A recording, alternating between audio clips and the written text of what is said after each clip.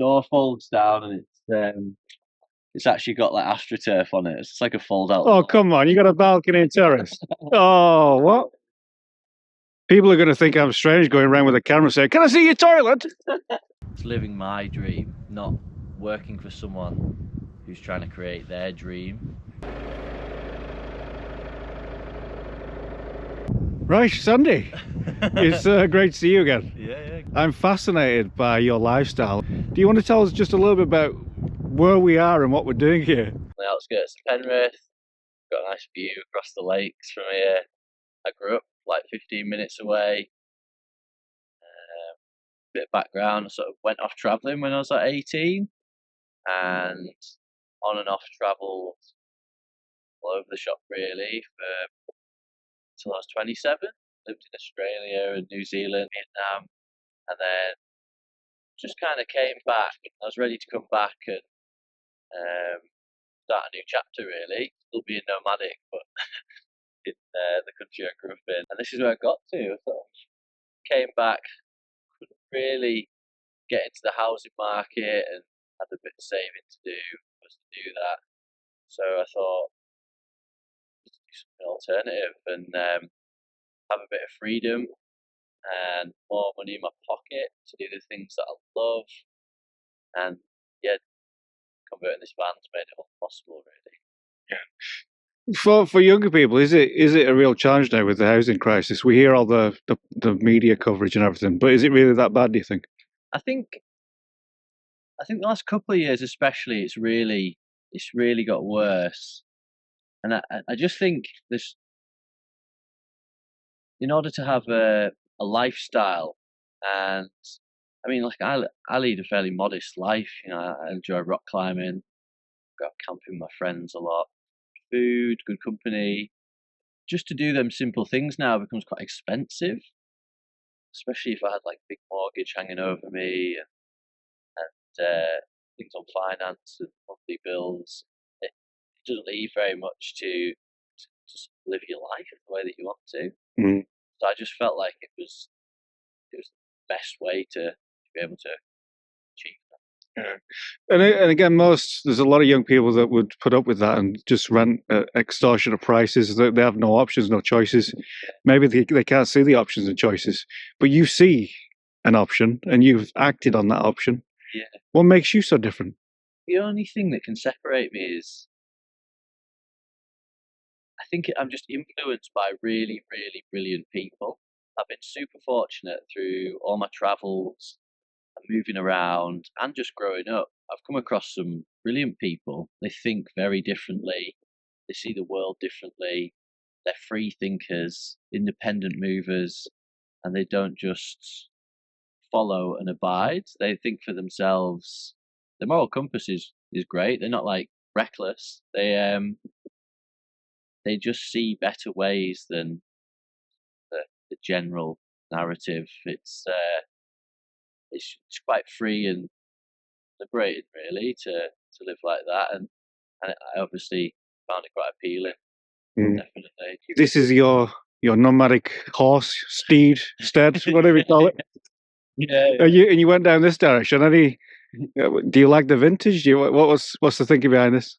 So I was frantically looking for something to convert and renovate, and never done a project like that before. So I bought this thing thinking I was getting a bargain. Uh-oh. And literally, I've rebuilt the whole thing. Wow. Rebuilt the motor, pulled all the back off it, welded up all the chassis. Don't know if there's many components on it that haven't been placed. And I bought it because it had the same birthday as me. The same age as me. I was like, oh, how lovely. Just spiraled out of control. Conversion, renovation.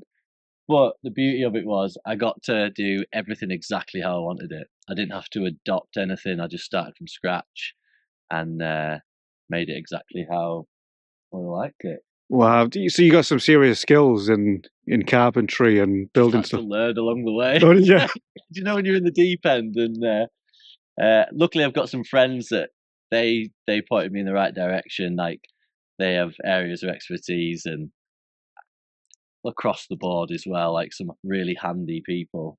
So whenever I got a bit stuck, I just called in the heavies, and they. I really admire people who self-build their vehicles because I remember my bird table in D&T at school. Oh yeah. Oh, it was a mess. Well, look at me at school doing things like that, and I think that's useless. Like, I don't know how it actually came to this, and I was able to do it. It did take a long time. I wouldn't do it again. Right. Yeah, I was glad to do it properly and know that it was going to last me a long time, because there was so much energy went into it. Yeah. And it was a real squeeze. I think by the end of it, I was sort of looking at knocking on for 30 grand. Wow. Right. Yeah. Yeah, so it just, yeah, all the time and all the you have to buy for it. But And is it a Horsebox? It used to be a Horsebox. yeah, it used to be a Horsebox. Went to pick it up off this lovely lady in Cirencester, and she was just parting with it. She called it Vera Wang. It had a name. It was like had this little character. Vera Wang. Vera Wang. I love that. So yeah, I just sort of fell in love with it. It was it's quite a nice story, and yeah, had a soft spot for it. So. I love that, and it looks pristine. It looks amazing. Yeah, it's just yeah. Once you go so far, you have to like do everything. It's like full paint job, and never got around to painting the back, but I don't know whether I will. Yeah. Yeah. Yeah. So you're situated on some land here, and you use your skills in exchange for, you help out on the land, and then you have a place to stay. Yeah, it's yeah, just sort of proposed the idea to an estate that I've always done a bit of work for, and I've known the family quite closely. Really, they've always been just friends, and they were very happy with me to come up here and just exchange, like doing some jobs for them. The wood needed a bit of a thin out. I don't think it's been thin since it's been planted, Yeah. and just kind of been left. So it just needed going through a bit of forestry doing. They're a lovely family as well. They're landowners, and they care about nature. They're not sort of like this gross sort of commercial type landowner that trying to churn money out.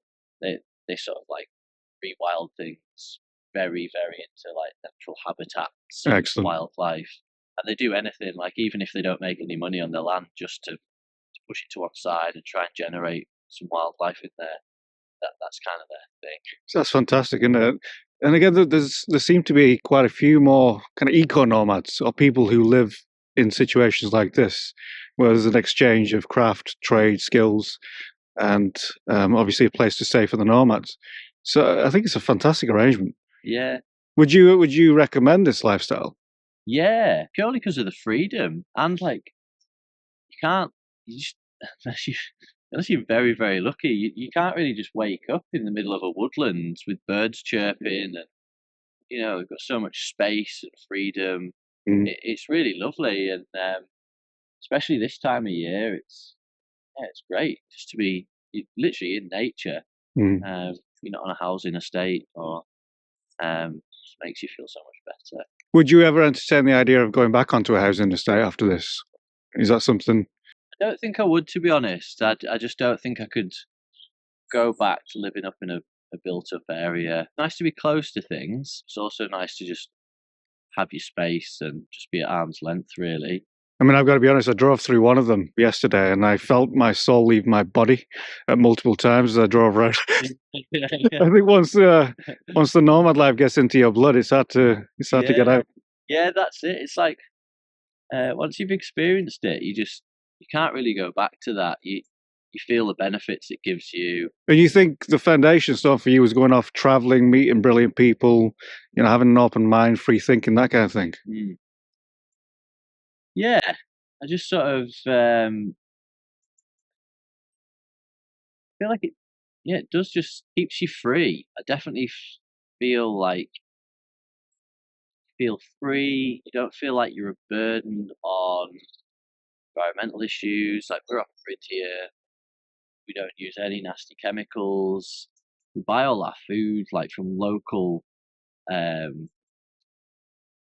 small holdings and farms, like pasture fed, like Mm. organic, big into organic food.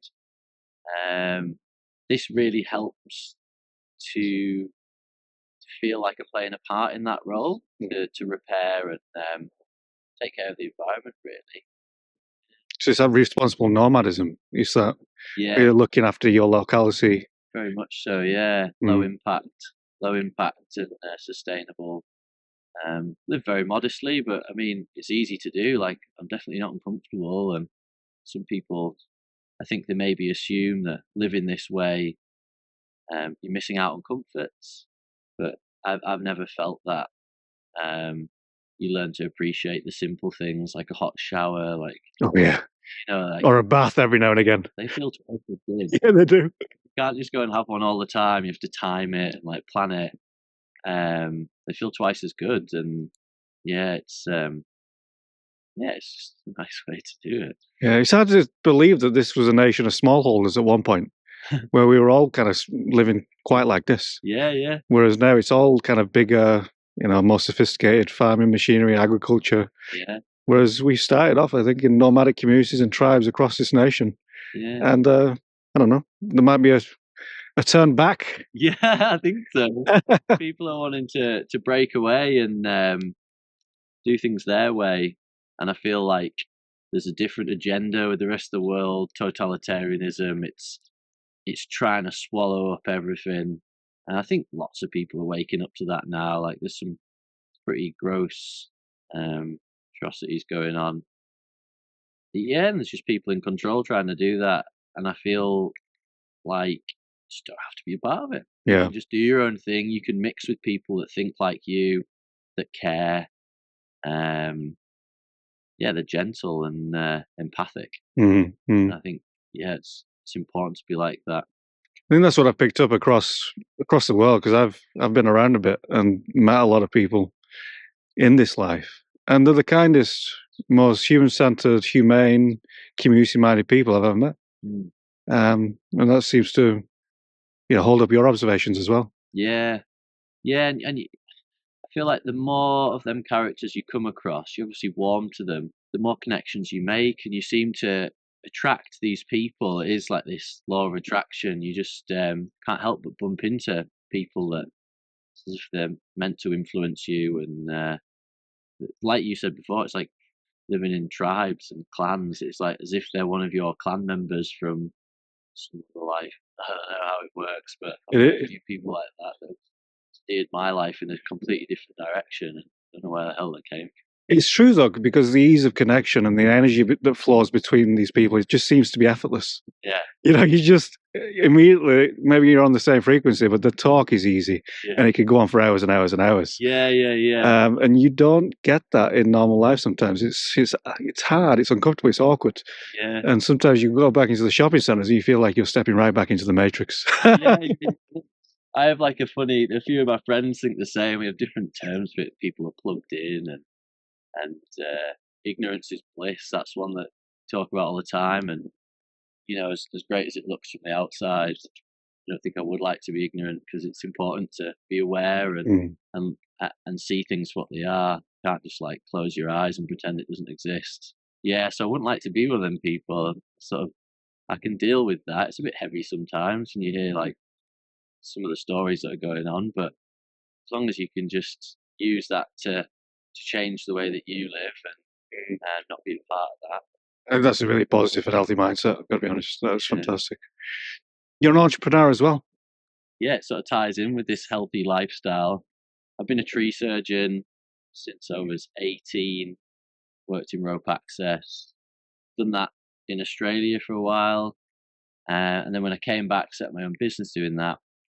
But all along the time, I was really enjoying it, but I really wanted to set up a different kind of business, something that was restorative and health and well-being based. I wanted to make people feel better in a natural sense. So after a bit of time off, a good old time off in the van, we christened it. We went around Ireland in winter down the Atlantic coast for 3 months. Oh, beautiful. There was 2 dogs and Tash and me.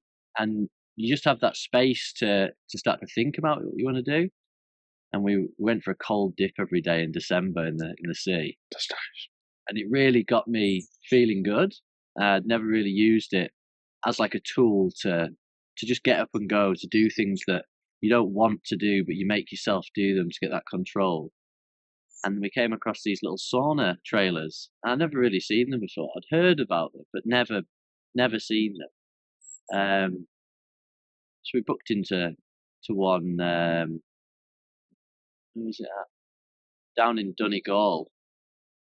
Was it? Kind of, when you just adapt things and you copy it. I think this is brilliant. It's done a great job. Mm. So I came back and already decided really that's what I was going to do. So I bought a trailer and started building this thing.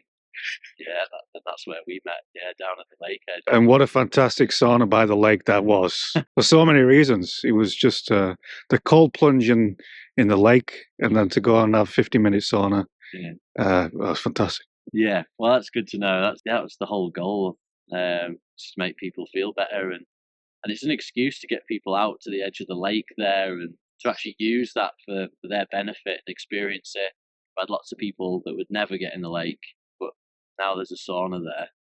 Mm. They feel more comfortable and they feel like it's way more possible. So.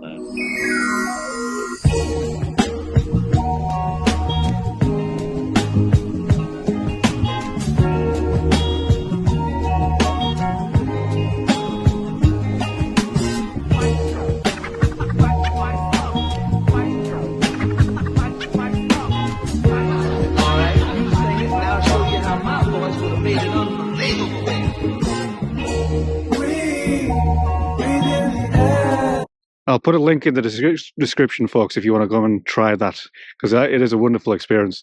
And so good to see England in particular saying yes to things like that. Yeah. And making space for it, because we don't do that too well. Yeah. We like to take things away and stop people from doing things like that. Yeah. But to see that's a great example. Yeah, no, it's a great culture moving in the sauna culture, and the health benefits they're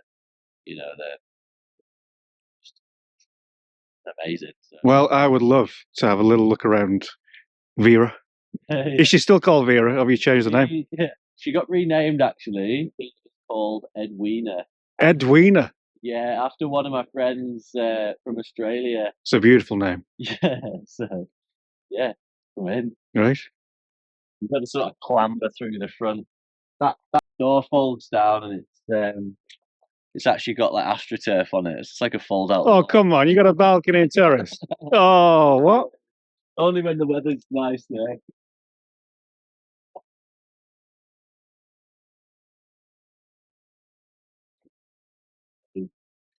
This is already really cozy just getting in here. Put shred on that. Oh, wow. Yeah. So, yeah, very timber planted, and yeah, it's all bits of wood that I've acquired and got from friends. Yeah. So, well, you really do have everything here. Everything, yeah. Got a fridge, freezer, and an oven. Look at this sink. Got a proper sink. Yeah, I've got a boiler under there and a little heater. So we got all the electrical systems in there. Solar. This folds out into a spare bed. This is Tash's office. I've got her little desk. That is nice. I really like that. Yeah, I've got a little Wi-Fi router so she can work from here. Yeah. To be honest, I came in this side and I was looking for the bed over here. Yeah. Because I thought you were going to pull something out here, but then we look around here and it's up there. Yeah. Over the cab, which is fantastic. Yeah. Clears up a lot of space there, and yeah. Excellent. Yeah, why would you go back to a house? Yeah, if I did, I'd want to live in a cabin. Yeah, for sure. It's just so much more cozy, and yeah. And heating wise, how do you heat? So it's got a little underslung LPG tank, and we have an external hookup as well if that runs out. So we can just use cans, and it's got a boiler under here, a little Truma heater. Right, nice. Combi boiler. yes, that keeps us toasty. It's just like a house. We set a little thermostat, and it'll just keep it warm in here. And yeah, it's great. Amazing. And then I imagine you're a composter. Yeah, exactly. Mm. So recycle everything, and then everything just gets composted and goes to my parents at the moment. Mhm. Toilet as well, compost. Yeah, we just have like a long drop composting toilet. Oh, I like them. We've got like an old ammo crate. I'll show you actually. Yeah, we'll have a look at that. The Thunderbox. The Thunderbox. Yeah. I love it. Yeah. I built like a little, just a little sort of shed type thing outside. So we've got a little shower external. It's just a little electric shower in there. Nice. Just so it's all separate, really. Just limited space. Forest view. Yeah. This is a little slice of paradise right here, isn't it? Yeah. And we don't mention these enough, but you got the carbon monoxide detector, Yeah. which is important for van life. Yeah, that's it. These little enclosed spaces, you got to be careful. Yeah, it's pretty. It's super compact. Girlfriend Tash is an engineer, and she sort of modelled all this up before I built it. And everything's obviously in such a confined space. Things need to be in the correct place. So she sort of designed the layout and everything. I feel like I've got enough room to do everything here quite comfortably. It does feel like a log cabin, and the way you've done the frontage here and use of the wood, amazing. Yeah. So how long did it take to build? So probably took me over a year to. The back maybe took just under a year. Mopped up sort of spare time and a day off that I could get. But before I could even start doing that, sort of had to do all the mechanical metal work on the chassis and just build a foundation for it first. Yeah. And living in here with two people. Yeah. What's that like? It was never designed for two people, and I actually purchased this van before I met Tash. We managed. We used to have another dog. So there was two dogs and two of us at one point. Right. And I mean, it's a bit of a squeeze, but yeah, it was fine. We managed. Yeah. And you got all the space outside as well. Because if you're outdoorsy, you'd be outside most of the time anyway. Yeah, exactly. Tash has a little van as well, so we'll often just nip off in that for like little weekenders and just take a tent. You can go hiking and spend time outside. Excellent. Yeah. Wow, it looks to be working really well. This the little terrace is something else as well. Yeah, it's quite nice in summertime to get that down, and just opens it all up. Excellent. Shall we have a look at the toilet then? Yeah. Check out the Thunderbox. The Thunderbox.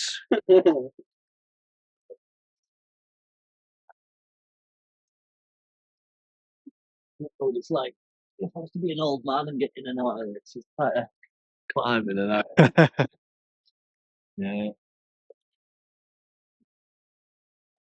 People are going to think I'm strange going around with a camera saying, "Can I see your toilet?" Oh, good word. Whoa. Yeah.